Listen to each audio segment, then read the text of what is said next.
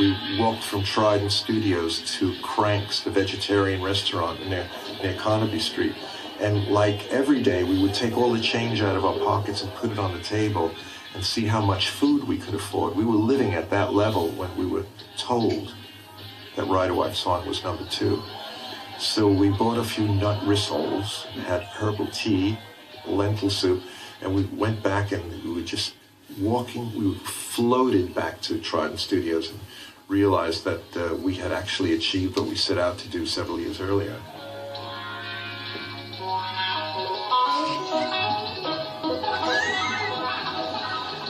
Ride a White Swan was the turning point, and it was that he discovered it rocked. It became much more sexually charged. She ain't no witch, and I love the way she twitch, But she ain't no witch, and I love the way she twitch, I'm a labor of love in my present gloves. Now I feel like I'm the Marc Bolan I've always wanted to be. But she's faster than most, and she lives on the coast of home. I could go on writing number 1s forever. But she's faster than most, and she lives on the coast of home. I'm a two-penny prince, and I give her hard love. Treat it on me. Glam rock begins when Marc Bolan, accidentally or not, has some glitter under his eye.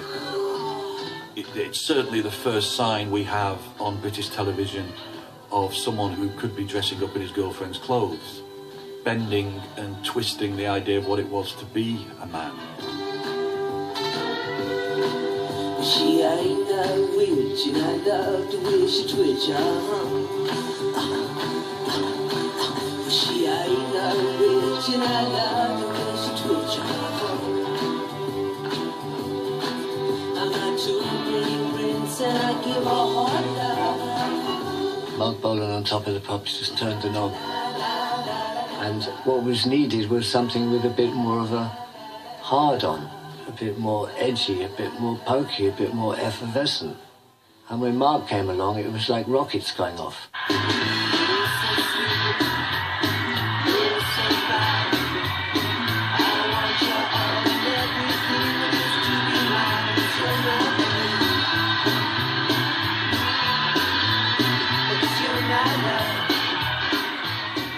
The first song that I thought, I'm going to follow this guy for always, was a song called Jeepster. When I was growing up, the Beatles still were very popular, even though they'd split up. But no one spoke to me. There was no one that spoke to me personally.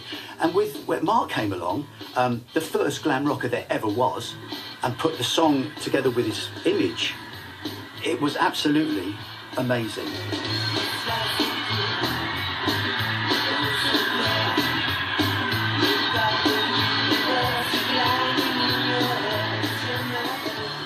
The sound was unbelievable. It was 2,000 girls just screaming, non-stop. And there I was, within 50 feet of Marc Bolan. We were getting punched, we were getting forced into our seats. But I thought, I'm going to dance. I love this man. Marc's look is very particular, and it's that feminine, androgynous quality. He knew what he was doing. There'd always be some fabulous satin trousers and this, that, and you know. He loved playing the rock star. You appear like a car, you got a hubcap, diamond star halo. You feel like a car out there. You're hunting with Massachusetts with your cloak full of eagles. You dirty sweat, you're my girl. Get it on, bang a gong, get it on. Get it on, bang a gong, get it on. He was like a harlequin, like a Pierrot. I didn't kind of recognize the femininity. I just recognized someone who stepped aside of the norm, and wore glitter on his face and created songs that really physically and mentally lifted you. When you dance, when you walk, so let's dance, take a chance, understand me. You dirty sweet and you're my girl.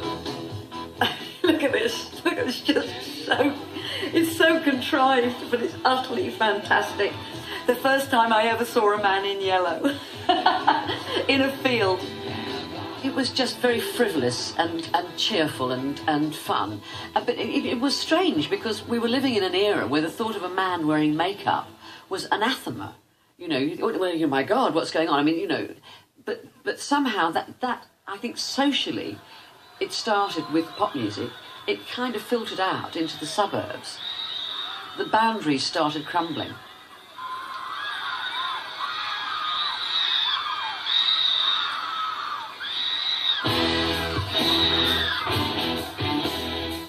"95% of my success is the way I look. Look and presence is what people pick up on. People are really works of art, and if you have a nice face, you may as well play about with it. 200 years ago, men covered themselves with something scented or wore powdered wigs and faces. If someone is prudish enough not to realise it's all been done before, they're very stupid."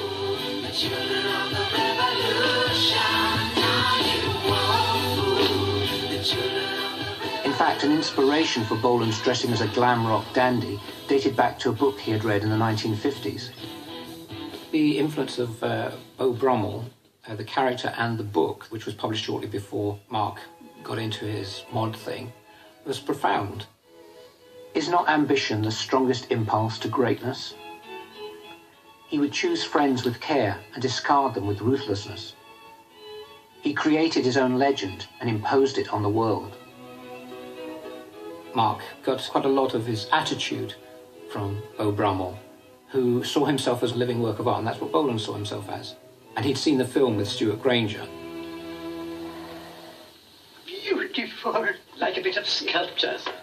So he identified with Beau Brummel, his background, his attitude, and, of course, his sartorial elegance. It's fundamental to his outlook and the way he treated people, too, later on.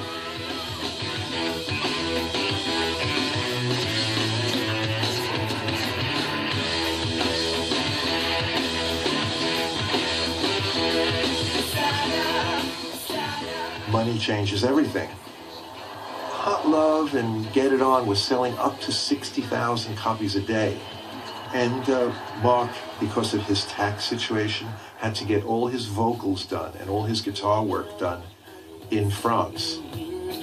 The making of Slider, it was really, really tight. In the 2 days, we recorded 17 songs. In the morning of our arrival, Marc was drunk. He was already, like, completely out of his mind. He was being a little abusive to the musicians.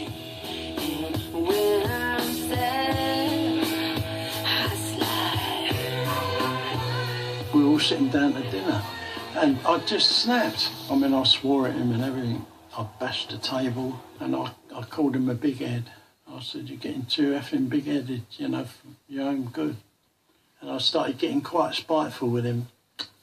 And I told him, pack the gear up yourself and drive it back to London, yeah. And he was shocked. And they had a big shouting match, and Marc suddenly got very frightened. You know, Mick is about 6'2", and Marc is about 5'4". Oh, we went out, there's a swimming pool outside, and he was saying, "Now, come on, man. Now, what seems to be the trouble?" I said, "You." I said, "Since you had a hit record, you got bloody big-headed." And he said, "Come on," he said, "is it money problems?" I said, "Yeah, and that." I said, "And that." So he said, "Well, I'll give you a £5 a week rise." That's what he did. He gave me a £5 a week extra. He was tight financially, and the band, they're essential now to the sound and the look. Those guys were clamped right down all the time and didn't get a huge wage, or, you know, they were Marc's backing band as opposed to being T.Rex. It's very easy to underestimate Bolan because he overestimated himself all the time. You know, he was a capricious talent. He was a rainbow of contradictions in many respects. But he was much better than people gave him credit for, and not as good as he sometimes gave himself credit for.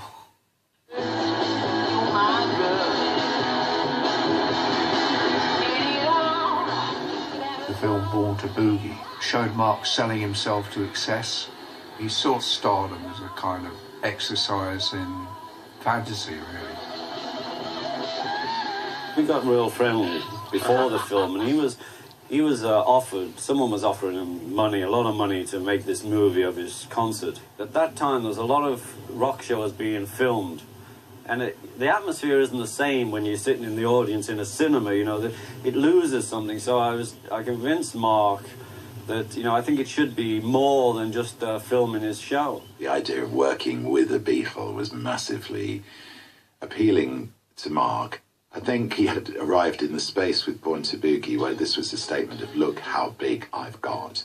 And it was a massive vanity project. You're so sweet, you're so fine. I want you all and everything just to be mine, 'cause you're my babe. In Born to Boogie, we had that Mad Hatter's Tea Party, and Marc hastily wrote that script. And there was utter chaos that day. Planes started to fly overhead, and we had to stop filming, and then it started to rain. So by the time we finally got to do that scene, Marc completely forgot the medley. It was chaotic, but beautifully surreal. Yes, you're my love. Oh, girl, I'm just a jeepster for your love. In fact, the film did not get good reviews. It was slated by everyone. They put it down for not being a masterpiece. But it was made for T.Rex fans, for no one else. That's what upset the critic. All the music press and everybody, I think they were very unfair to him because he did deserve all the slagging off that he got. I've seen him cry a few times, you know, and I tried to sort of try and help him in some way by, you know, saying it's all right, mate, it'll all be all right. But you don't understand, Mickey, what they're saying about me. I said, well, they're going to say it about someone else if they don't say it about you. There was a lot of nastiness, and the critics very quickly turned against him. T.Rex and Marc Bolan looked as though they were trivial and frivolous, because a lot of it was about appearance.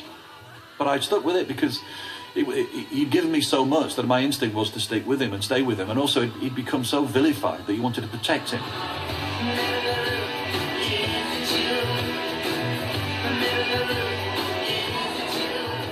The funny thing about success, though, is they never tell you what's going to happen when you get there. You know, and the hardest thing about being successful is remaining successful. But do you work always on the verge of a nervous breakdown? Or do you make Yes, sure totally. Yeah. I mean, I'm always cracking up all the time. I've never felt so insecure as I do now with my music because I'm so exposed. What I'm playing and singing is a projection of my real self. I said, I'm just a man. I understand the wind in all the things that make the children cry. With my Les Paul, I know I'm small, but I enjoy living anyway. I bought a car, it was old because I gave it my mind.